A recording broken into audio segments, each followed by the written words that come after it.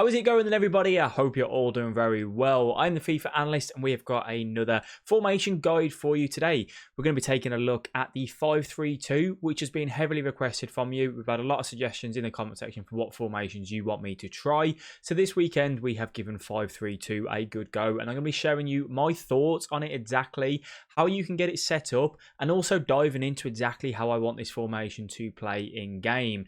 If you do enjoy the video, please do let me know by dropping a like, and you can also subscribe to the channel if you are new. What formation would you guys like me to do next? Pop that down in the comment section as well. One of the things that I am going to say is that there is a gentleman who also streams and does YouTube videos that are really in-depth as well, so I'd recommend you checking him out. That is Neal Guides. I will put a link in the description. He did do a 5-3-2 video recently that was real good. It's well worth you taking a look at as well. It's set up a little bit differently to how I've run mine, but I'd fully recommend checking that out. So I will put a link down in the description if you want to head on over to there. Just a reminder as well, we do stream every Tuesday, Thursday, Friday, Saturday and Sunday. So if you want to head on over, last but not least, links in the description. So let's go ahead and dive into how we had the team set up anyway. So this is the team which I was using, the 5-3-2 straight away from the game. I do actually change it though, just because I don't want Ramos in the middle. I wanted PK in the middle. So we do change that, but everything else stays the exact same. Also, Vidal moves over into centre mid for me as well. Now, this actual formation doesn't necessarily play like a 5-3-2 as it lines up in game, and the reason for that I will dive into in just a second, but let's show you how we run it in terms of the custom tactics. So defensive style, I went for balanced. I did try press after possession loss. It just seemed to be a little bit too aggressive for my liking, so that's why I've gone balanced on that. And I did also try running 5 depth, which I think you possibly could run, but just because I had PK and Ramos, they're not the quickest. Ramos is okay, but because they're not, ultra quick, I didn't want a too high line, so we go 3 depth on that. Now, this is the first time this year that I've used fast build up in offensive style, and again, the reason for that I'll jump into in just a second. Width is always narrow for me, and then players in box, we have that on 4. Corners and free kicks 2 as normal. So the reason why we went for fast build up is because what I was aiming to do was to transition from defense quite quickly, but utilizing my fullbacks in a way like I've never really used them before, if I'm honest with you. Having them on the instruction that we have them on, which I'll show you in a sec, just added so much more for me. Also, what I wanted to do was to have my centre mids assist in going forward, basically just creating an overload through the middle and down the wings, meaning it was really, really difficult for the opponent to track who do they go with, what runner do they track, how are they going to defend this situation, and so on. But let's go ahead and jump into how we actually have the player instructions set up. I do normally run comes for crosses and sweeper keeper, so I did just change that because I forgot to do that on this one, but that's what I always run directly on my keepers, to be honest with you. You guys know that if you've watched the previous formation videos, they work brilliantly for me as well. When it came to my centre backs, I did have Ferdinand and Ramos on conservative interceptions. The only reason for that is just because they're quite aggressive defenders, nothing else towards that. You don't need to do it if you don't want. This is the key thing though, fullbacks. I have them on join the attack and overlap. You need fullbacks here that can get forward and defend fairly well. Mendy and Cuadrado did brilliantly for me on that, but you need to make sure you've got some subs on the bench to replace them as well as you get later on in the game. So when it came to Vidal, we had him on cover centre and stay back while attacking, and this is the key thing in this formation for me. The 2 outer CMs, so Guardiola and Nainggolan in this situation, they're on get into box for cross, and everything else is on balanced cover wing as well, directly on them. On my strikers, I had Martinez all on balanced, and I had Balotelli as a target man. But you've got to try the support on crosses for the 2 CMs to basically go get into box for cross. Because what that does, as you can see on the screen now, it's giving your fullbacks the situation to get forward, and also your CMs to make that run into the box, like Frank Lampard did as well. It also makes it a 3-1-2-2, if that makes sense, because you've got your 3 centre-backs, your 1 CDM, your 2 fullbacks will always be on the halfway line, and then your 2 CMs basically push up into cam rolls, and then you've got your 2 strikers up top as well. That is kind of how it laid out for me in game, if I'm honest with you. It just created a massive overload on the wings and through the middle as well. It was very difficult for an opponent to kind of stick up to it. If they're running the 4-2-3-1, like you can see on screen here, you can just see that they start to get outnumbered as they get into their half. Obviously, they might try and catch you on the counter, but you do have 4 people at the back with your 3 centre-backs and your 1 defensive mid. So you have to defend well. You should be able to do it, but you can't panic tackle. You can't just jump in. You have to try and make sure you are very sound and solid when it comes to defending. So just bear that in mind. mind directly. But as I said, you've got to have those centre mids making those darting runs from the middle there. What it does when you have your fullbacks on overload, it basically frees up the spaces in the box, in those white little boxes you can see on the screen. It's up to the opponent whether he wants to give you the space in between the fullback and the centre back or on the outside of the fullback.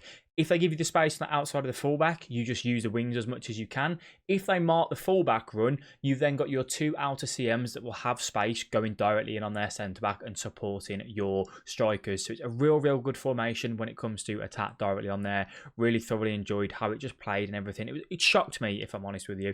I didn't expect it to be as free-flowing as it was, and always having a man available to pass the ball to. That's kind of how it panned out for me, if I am completely honest with you. As I said, it was real good. A lot different than the normal 4-2-3-1 that I run. So now what we're going to do is we're going to go and jump into some clips to show you exactly how we used it and how you guys can look at it as well. So we pick up the ball with Nainggolan here. I just wanted to go ahead and point out basically where you've got your players and how the team shape kind of sets up for you. You can clearly see that we've got Cuadrado coming out on the right wing, and then we've also got Balotelli in the middle along with Martinez as well. You've then got Sanchez, who will then be making that run forwards, and you've got Cuadrado making the run overlap. You can just see Vidal is chilling directly in that centre defensive mid role, and then he's got the two outer CMs that are stepping up directly in front of him. You can't see it, but you would also have Mendy making, the overlapping run down on the left-hand side because he's on join the attack and overlap. They literally hug the touchline for the whole of the game, and it just gives you that bit of space, that bit of room to kind of go ahead and look for them at all costs as well. So we'll go ahead and we will see how this situation pans out for you, so you can see how we look at moving forward and transitioning from defence into attack. One thing that I just wanted to point out again for you was just to show that having those two centre mids forward basically gives you options when you've got your two strikers up top. If their fullbacks come in and cover those two centre mid runs, which they more than likely will, look at the space that you've got down on the right wing and the left wing with your right back and left back to utilise. At the minute, it's all clustered directly in the middle of the pitch, but you've got your fullbacks available. So just make sure that you really do get your fullbacks involved, and it just frees up loads of space for you as well, which is how you want to be looking at attacking in this formation. And as I said, try your hardest not to get done on the counter. You've just got to be really patient when it comes to defending. Otherwise, you will concede a lot of goals in this formation. That is one thing to say directly. So we're going to go and see how this kind of panned out for us. We picked up one loss. We were 16-1 at the time. We picked up one loss directly when we were using this formation. I haven't finished my FUT Champions games yet as I'm recording it, because I've got an understanding of how this formation plays now. I wanted to go ahead and get the video ready for you guys. But we picked up one loss, and the loss, to be honest with you, was mainly more just down to me. I didn't really feel like at any point in these games that the team and the formation was a letdown. I think it is a very viable formation for you to play. If you don't have the fullbacks on during the attack and you have them unbalanced, I think you have to play a much slower game, a much slower build-up, if I'm honest. If you have them on stay back while attacking, I don't feel that this formation will be that good. Just because you won't really have anything going forward. You can just see, look where Cuadrado is now on that right wing. He's there, he's ready to rock and roll. He's always making himself available, which is good stuff indeed. Martinez, again, did absolutely brilliant for us this weekend league. And surprisingly, Guardiola gets a few goals for us, and Nainggolan, because they're on that get into the box, they just drive forward, and they do get involved and do grab goals as well, which is all good stuff indeed. For me, when it came to defensive sides on this formation, I don't necessarily think it was the formation that was causing me to leak goals. I did concede a few goals while using it. I think it was me, to be honest with you. On Friday, I was fine. We went 10-0. Saturday, I was a little bit more silly. I was giving the ball away cheaply. I wasn't really holding the ball. I was jumping into my tackles and just giving the opponent easy chances to kind of get forward, if I am honest with you. So I don't necessarily think that was totally down to the formation. But as I said, you are going to be needing killer left back and right back to have this formation and for it to work real nice. For me, Cuadrado and Mendy filled that role absolutely fantastic. You can use, someone like Atal would work really well as well because they're good in attack, good in defence.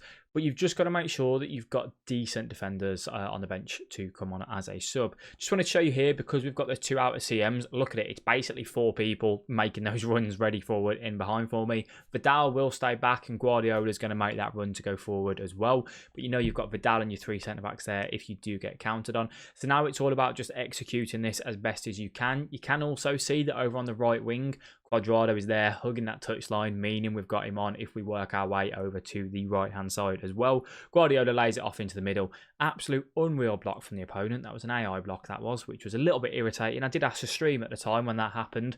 He didn't tackle that himself. That just happened by the AI, which was a very, very interesting and annoying, to be honest with you, but it is one of them, isn't it? It is one of them, unfortunately. Just it can just happen, but oh well. As I said, Guardiola just makes those runs in between, and he gets quite a few goals for me this weekend. He's not the greatest of cards anymore in this FIFA. He's a little bit outdated, but he still performs. He still does a job to a degree as well. It's one of the things that I do quite a bit, ball rolling the keeper when they come out. I will be making a video on that and how you can do it and how you can time it to perfection. So hopefully you guys can take advantage of it as well. Just wanted to show that again, just to show you how the team kind of lays up and moves forward for us as well. And just using those 9 goals and that Guardiola, which was it's absolute key. I know I've gone on about it, but it is. It's so key to this formation for me. It's what made it work real nice. We said nice quite a few times in this video, haven't we? But yeah, that's kind of how it pans out. I mean, out of 10, what would I rate it? I'd probably give it like an 8 out of 10, to be fair. It is a good formation. The only thing real that for me is that sometimes I did feel a little bit like I'm a little bit open, but maybe I could change the tactics a bit to do that. You've got to have something else in your locker, though. If you can go to a fullback to see the game out, that could probably help you quite a lot as well. But I'm going to end the video there, guys. We've gone through all of the clips and whatnot that I wanted to touch on. If you have enjoyed the video, please do let me know by dropping a like. It is massively appreciated. Subscribe to the channel if you are new, and I will catch you all next time. Bye-bye.